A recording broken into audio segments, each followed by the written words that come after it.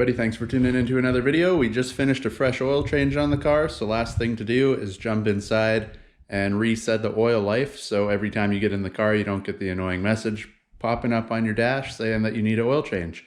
So nice and short and sweet video here. Jump inside, show you how to get it done. Alright guys, so it's super simple to get this done. Just hit your engine start and stop button. It doesn't have to turn on the vehicle, just make sure the accessory mode is on and you'll see what I mean. Full accessory mode just because the power's not on, but it says oil change required and you get the little light, and every time you start your vehicle it will remind you to get your oil changed. So having mine just being done, you come down here, you got your little settings on the steering wheel. If you don't have this, obviously there's a settings mode. Also, this is digital dash. If you don't have that, it is the same steps, it's just not on the big screen like this.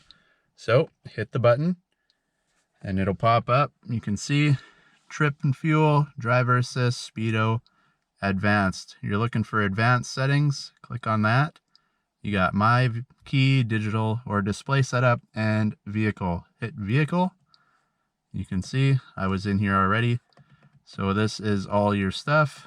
You'll start off when you first go in here with alarm. Scroll down, oil life reset. You can see we are at 0%. Just says follow the prompts on the bottom. Hold OK to reset. OK is here on your steering wheel. Just hold it. You can see resetting. And boom, you are done. Now, if you go back in there, you can see 100%. You're good to go. So now if we back out of here, and just to prove that it works, we'll turn the accessory mode off. Put her back on. It'll pop up with your accessory message again, and you press the brake to start, but your oil change light and message is all gone. Easy as that. So hopefully this helped you out. Like and subscribe. We'll catch you in the next one.